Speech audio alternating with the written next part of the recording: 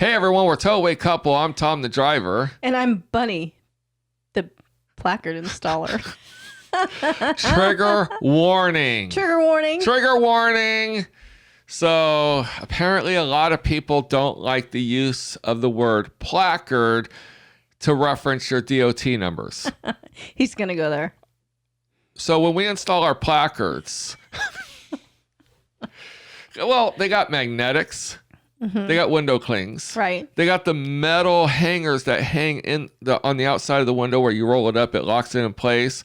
They have decals you could put on the windows or on your door if you really are that obsessed. Mine, since I'm drive-away, are just a laminated piece of paper that I put in the window. That you tape up in the window. And then that you can't see because they're behind a window screen. Yeah. And then in their tinted windows. Yeah. And then you got some that put them in the truck bed, in the little slots in the truck bed because they look kind of cool. Put it on their dually right in the fold of the side of the body. That looks cool. Mm-hmm. Instead of just putting it on the door, they got a... Yep. So I see a question all the time on Facebook, and apparently it's a mind your own damn business question from some people. I think it's a common question. I think it should be asked by anyone who's kind of curious. We don't tell people to shut up and mind your own business. We actually will try to answer and be proactive, positive, and hopefully we gain knowledge by researching and everything. Yes. Because I asked the same question, and it was one of the questions I asked was, do you look at other trucks knowing they're RV transporters flying without placards? Yes. And of course, yeah, and a lot of people are like, yes. And I got the mind your own business. Don't worry about it. Like, this is social media. You ask questions to engage people, not to be told to shut up. But what else are you going to do when you're driving? I mean, there's not much you can do. It's like playing slug bug. Right. And I even got the, how do you know they're an RV transporter until they pass you? You know by the look of their truck, because they're like, by the time they pass you, you won't know the big mud flap is there or the transporter license plate on the trailer. Well, no, you can pretty much, if they're coming down Interstate 65. If they're coming down Interstate 65, they're on 80. They're on the normal routes. They're in Indianapolis or Kokomo. And it's midweek and not like during spring break or in the summer on the weekend or something. And they have no tint on the front windows. And they're like, how can you see that fast? I can. I don't know why. I have a gift. I can see. Well, the biggest one is when they're in Indiana and they have their visor down on their passenger window. Yeah, and it has their transporter plate because some people will put their transporter plate on the visor so when they flip it down, it's there. And when they get out of Indiana, they flip it back up.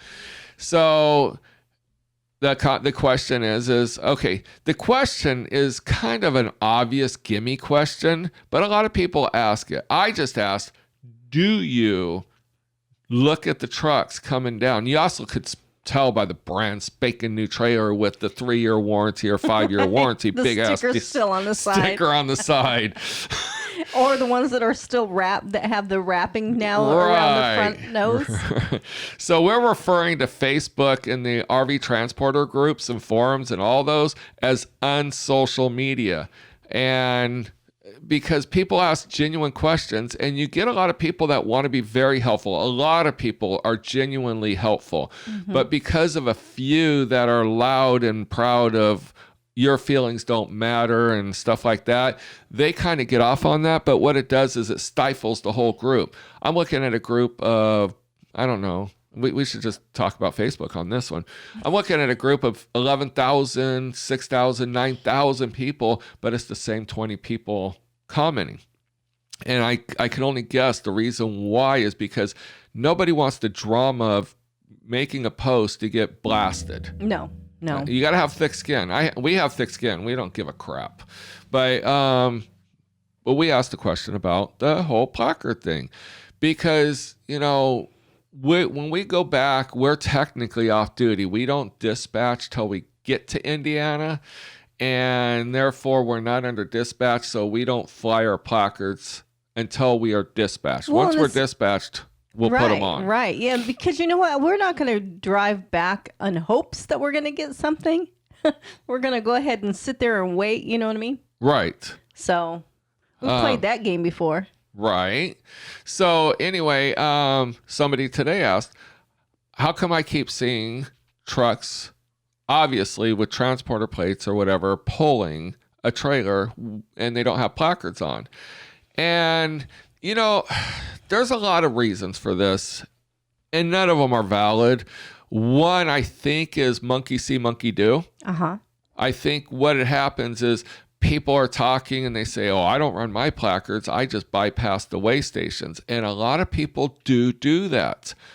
And maybe this is an untalked about code. Well, but I'm going to throw one out there. Is when we were getting ready to roll into Wyoming the last time, there was 3 transporters all pulled along the side of the road. No, there was like 4 or 5 of them. They were caravanning and they were all putting their magnets on. Because they were getting ready to go through the port of entry. It's not a weigh station. It's not a scale house. They don't give a crap. But you better have your DOT numbers on, because that's where you get your permit. Yep.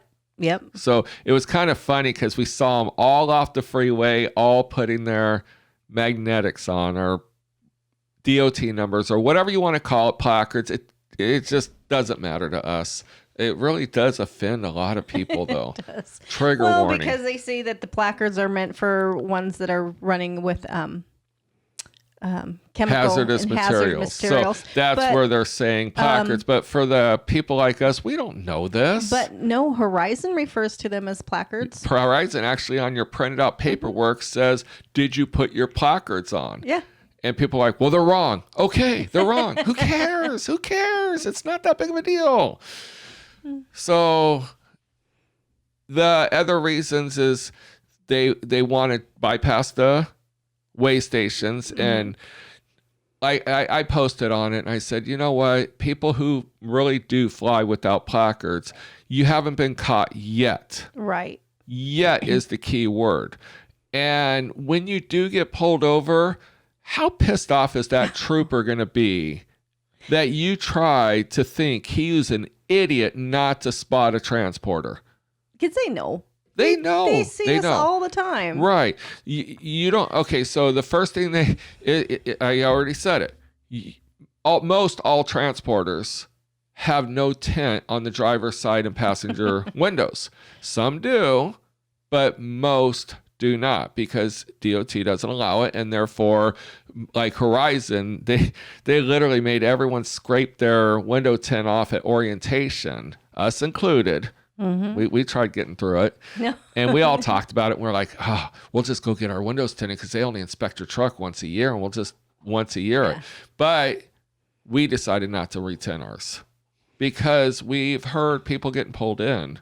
And you know what? No matter what you're doing, running with window tint or running with your magnetics or whatever you want to call them, with or without them, I just don't think that it's worth the fine or being deleased. Right. Well, and then on most every company, a lot of the companies require a rock guard. And what the rock guard is, if you've seen those motorhomes, they got that big plastic or rubber mud flap that goes the whole width of the motorhome. We're required to have that at our company and our previous company. Some companies don't require them. Right. And then we have big giant mud flaps behind our tires, because for us not to get rock damage on our trailer, the mud rock guard isn't wide enough. So you got to have mud flaps that cover the width of your tires. And they got to be certified at Indiana Transport. Horizon, they want you to have mud flaps, but they weren't as crucial as Horizon or Indiana requires. Those are spotted immediately. The transporter plates that you put on the trailer, we saw someone where they took the transporter plate off. Now, sometimes you would think, oh, it's a brand new RV that someone just bought and they haven't gotten their plates. Even brand new RVs have temporary plates. A paper plate, paper plate. So if you're going to defy the law, just print up a paper plate and stick it on there and fly that route. I mean, if you're going to go for it, you might as well try to win it. Another thing is if you have a fifth wheel, most people don't pull their receiver hitch out. Nope. And half the time, if they've been driving for a long time, they're rusty and they're beat up. They're paint chipped. So yeah, those are used daily. Yeah. When you know, you know. So these troopers are not stupid at all. So don't start off with bad habits. And always run your placards. It's kind of like, do you have to log every mile? Yeah, you pretty much have to. If you're under dispatch, you're required to log from the time you get dispatched to the time you go back to where you were dispatched. Yes. So therefore, it's a round trip. You don't just go from point A to point B, then you're off your logs. You can use your truck as a personal truck to go sightseeing. You don't have to log that. What we are told by a logging department is if we're heading back to Indiana, it would just be wise to log it. Yeah. So if we get pulled over. Right. And you know what we do? I call them turn and burns or hook and books. When we're just rolling for a couple weeks, yeah, we keep those magnets on at all times. Logbook is always current. But when we go to California, we're there for a week or two. Right. Well, I'm not going to run my logbook while I'm there. No, there's no reason to. So some people would beg to differ, and you know what? That's perfectly fine. We just don't run ours because we're going to run to the store and back, or we're going to run 20 miles to a friend's house. It's just not going to happen with us. Right. But yeah, no, people choose to put placards in different locations. We've seen them on the front fender. We've seen them on the driver and passenger door. We've seen them on the rear doors. We've seen them on the beds. We've seen them on the very back of the bed. We've seen them high. We've seen them low. I asked a question of where do people put them and why did they place them there? And I guess that was a stupid question. Now, also, to people, if you're going to because I said placard, if you're going to remake yours, if you're not going to get them from your company, just do remember that they have to be a certain height. The letters have to be visible. They have to be visible. We used to run a screen printing and embroidery shop, so we used to print these all the time, and I spent a long time, so I can't remember what the exact size is. But yes, they do have to be a certain size so they can be legible. Right. So, we're not outlaw truckers. We're not even professional. We do this to make a living. Mm-hmm. But we also have a life outside of this. We do this, yes. We do it to have fun. Right. To enjoy. But we do all the legalities. One time I was thinking about flying under the radar to get past a way station, and I just had so much anxiety I couldn't do it. What would happen if I get pulled over? Plus, I was told the DOT, when you get a fine or violation, it goes on your DOT record as well as your company. So when you get pulled in, they know that you've already tried skirting the law. Mm-hmm. And if you aren't running placards, 2 of them, that's big. Some people will lose their magnetic. I was talking to one guy. He said basically he got a fine, mm-hmm. but he got handed a paper, a marker, and tape because he lost one on the driver's side but not the passenger side. So, but still, it's still a violation. You got to be aware of your truck. When I'm driving, I'm always looking in my mirrors to make sure and trust me, if my magnetics are on. If I put them on there when they're cold, they're all kind of bent up. So you got to kind of warm them up before you put them on. You'll see people where they put the magnetics on, and I'm calling them magnetics, and then they take blue tape around them so air doesn't get underneath them. Mm-hmm. Especially when you're running when it's cold and snowing and any type of rain, anything that's going to get up underneath there and just make them sail off. Exactly. So just stay legal. Don't follow bad habits of other people. Eventually, you may never get caught. I'm sure people have been doing it for years and never got caught. But your luck, you'll do it and you'll get caught the first week and you're going to go, why me? No, why not them? Well, it was just your bad day. Yep. So follow bad habits, get bad things. Exactly. So, all right. So that's all I have to say on the trigger warning of placards. Oh, dear God. DOT numbers for all the people that are going to say placards are for hazardous materials. But so that being said, have a great day, and we'll see you down the road. See you soon. Bye.